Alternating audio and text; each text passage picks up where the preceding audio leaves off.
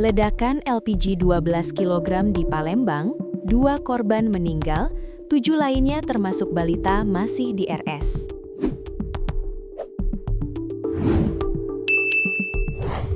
Ledakan tabung gas LPG 12 kg memicu kebakaran rumah di Jalan Ratu Sianum, Kelurahan 3 Ilir, Kecamatan Ilir Timur 2, Palembang, pada Sabtu 31 Januari 2026 siang.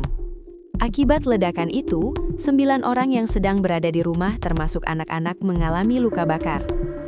Info terbaru, Minggu 1 Februari 2026, 2 dari 9 korban tersebut meninggal dunia dan kini sudah dimakamkan, sedangkan 7 korban lainnya masih dirawat di rumah sakit. 2 korban meninggal dunia, yakni Nyimas Dewi Rohayati 33 tahun, istri pemilik rumah, dan Murni 40 tahun, seorang ART.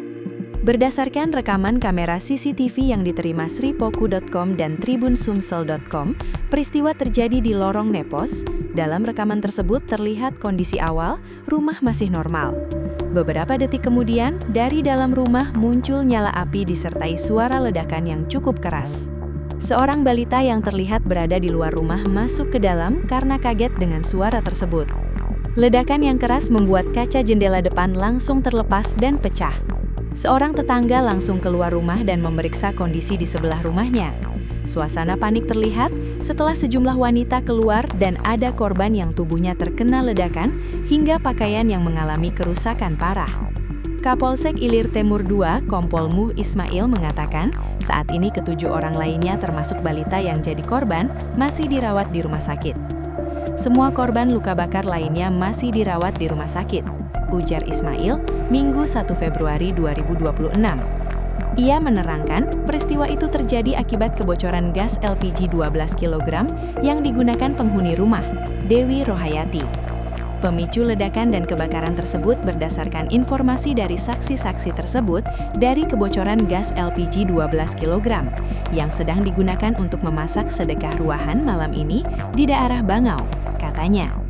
Adapun 9 korban yang ada di dalam rumah saat peristiwa ledakan dan alami luka bakar, Nyimas Dewi Rohayati 33 tahun meninggal dunia, Murni 40 tahun meninggal dunia, Sumarni 63 tahun, Umi 54 tahun, Ria 40 tahun, Sri Rahayu 21 tahun, Weni 40 tahun, S 10 bulan, dan N 2 tahun.